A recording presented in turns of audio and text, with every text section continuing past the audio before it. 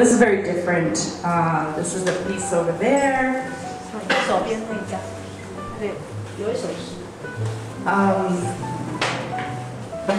So this is a European 书法 calligraphy. About 15 years ago, I decided to learn calligraphy. I was living in Scotland at the time, and there were lots of very beautiful examples of handmade documents, and even on the buildings, inscriptions. So I just started to learn and tried to use the equipment at home, materials, and lots of hard work. So I have this ability now. This text is by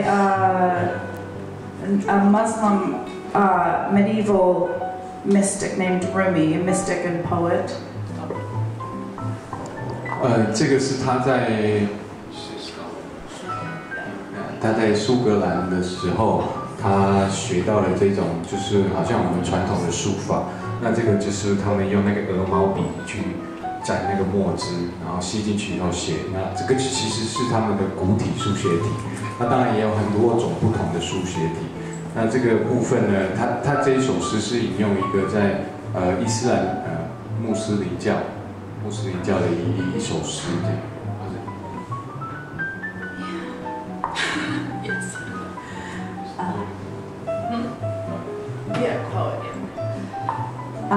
So the only other thing I want to say about this is the technique is a little bit different because it's done in egg tempera. 这个画不是在粉彩，不是用粉彩，是用蛋彩。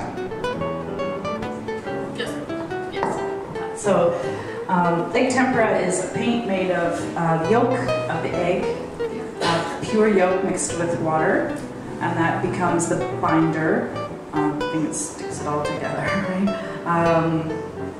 So you use a dry pigment, mineral pigment, mixed with egg yolk and water, and that makes an incredibly versatile and stable paint medium that was used for, in the West anyway, for hundreds of years before, until the invention of oil paint, and then oil took over everything. But before that, it was egg tempera and fresco, like you see on the walls in Europe, is a very, very similar process. It's just the dry pigment is mixed with plaster, but egg tempera is what you use if you're painting on a smaller panel or on paper.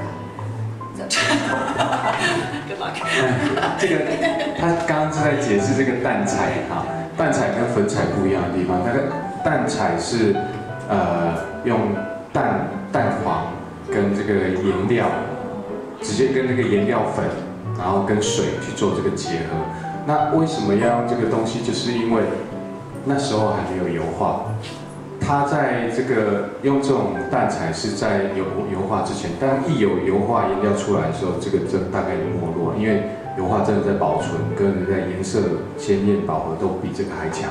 但是这个在油画之前呢，像我们一般了解到这个欧洲的湿壁画，好也是用这样子的方式，只是说它媒合的它连接溶解的这个物质是不一样。蛋彩是用蛋黄。 那其他的，他刚刚讲一个 plaster， 我不太知道那是什么东西，不好意思。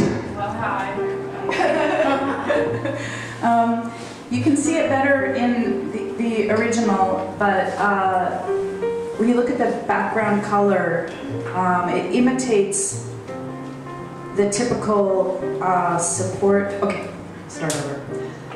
The typical support.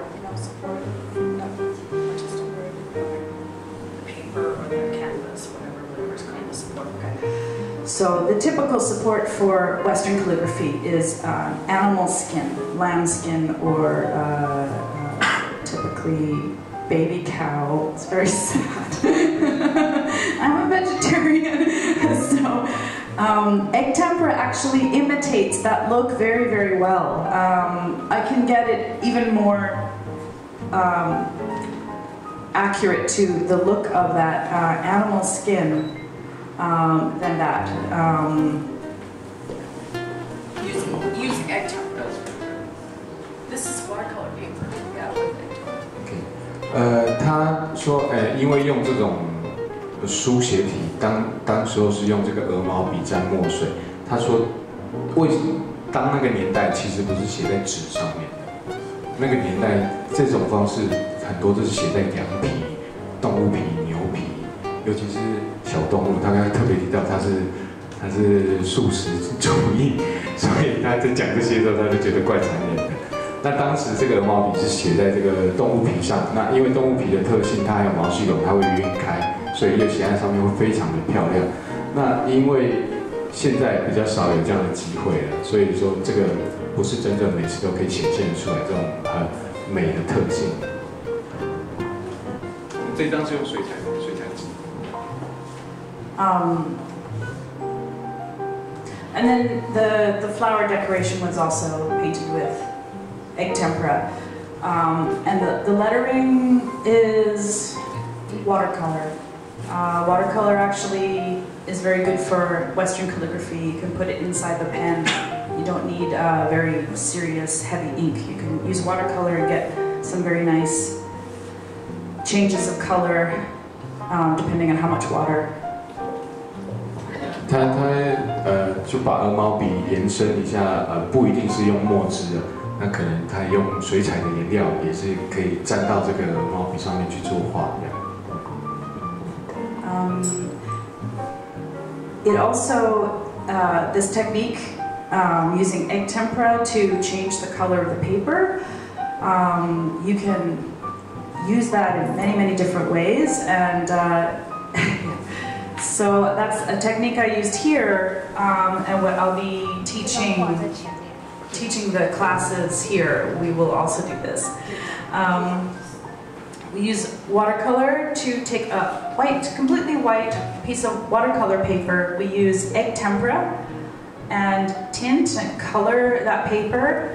You can do a lot of different colors and a lot of different effects. And then after it dries, this is pastel, dry pastel. So you can mix. As long as the egg tempera is dry, you can go draw on top of it with pastel. 他说，用这种水彩纸呢，它可以用淡彩去染色，把这个纸的背景染色，那可以越染越深，越染越深。染完了之后，还可以再用粉彩笔再上画。那它没有办法融合，但是它会有这个层次感，它会有这个深度出来，这样子。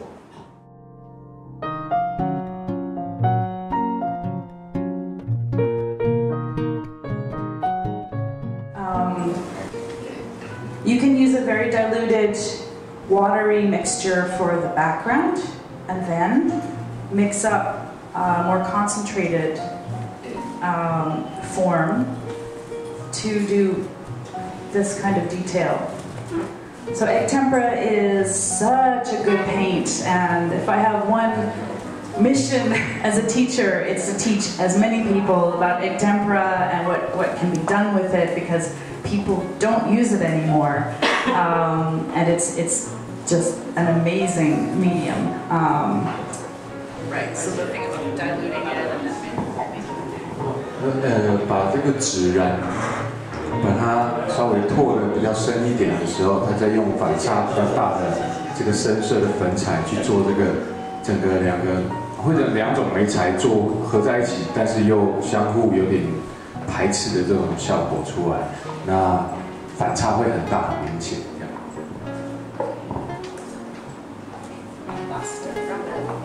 Just one more thing to say about this piece is called Lily After Sanyu. After, and then the artist is a way of saying, acknowledging a heavy influence.